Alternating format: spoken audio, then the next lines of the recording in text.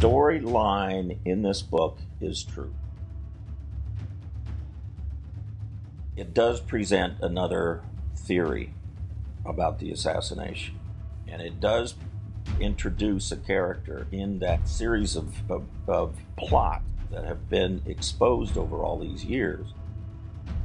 The Secret Service, the FBI, the U.S. government had their man, and they could not, at that time, and still today, admit that there was a conspiracy to kill Kennedy. I sat on this story for almost over 30 years. It's inspired by my uncle, my mother's brother, and he decided to tell me, and I'm not sure why, other than he felt that I could at some point do something with it.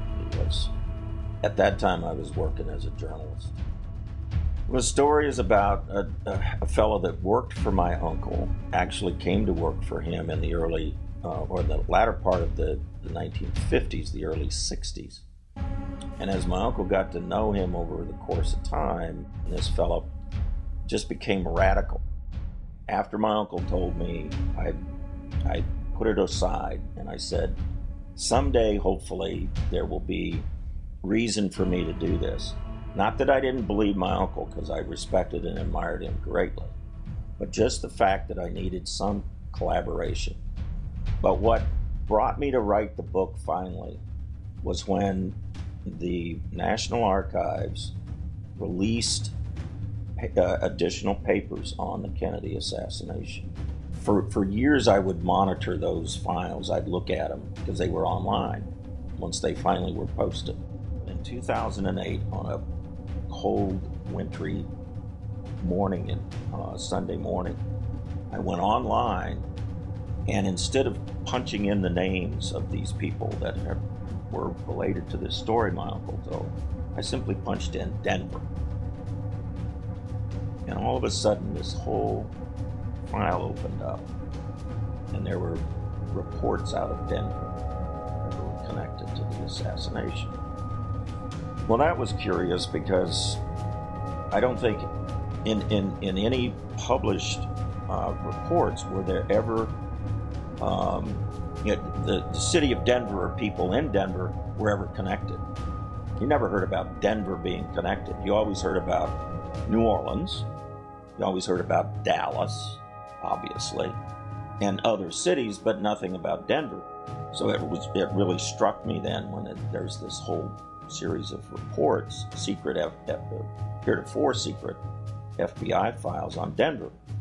Well, in the subtext of the Denver file, this man's name shows up.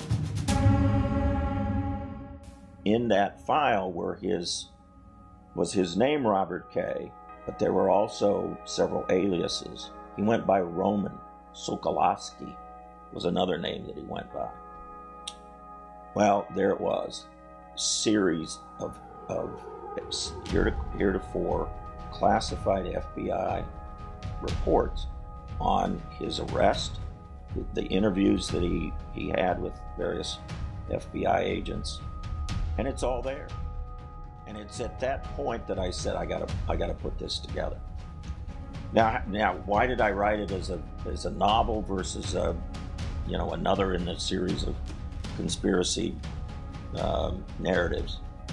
Well, I didn't have all the pieces. My uncle was dead. His wife at the time is dead. So I said, okay, I'm still going to tell the story. The story needs to be told. Most of it is factual, but I had to fill in the blanks. I had to hopefully make it interesting and entertaining, and raise the specter again that there were other individuals involved. And the FBI and the Secret Service acknowledged that. I don't think we'll ever know for sure, but I do know that this guy existed, and I do know that he played a part in some way. Read it. Let me know what you think.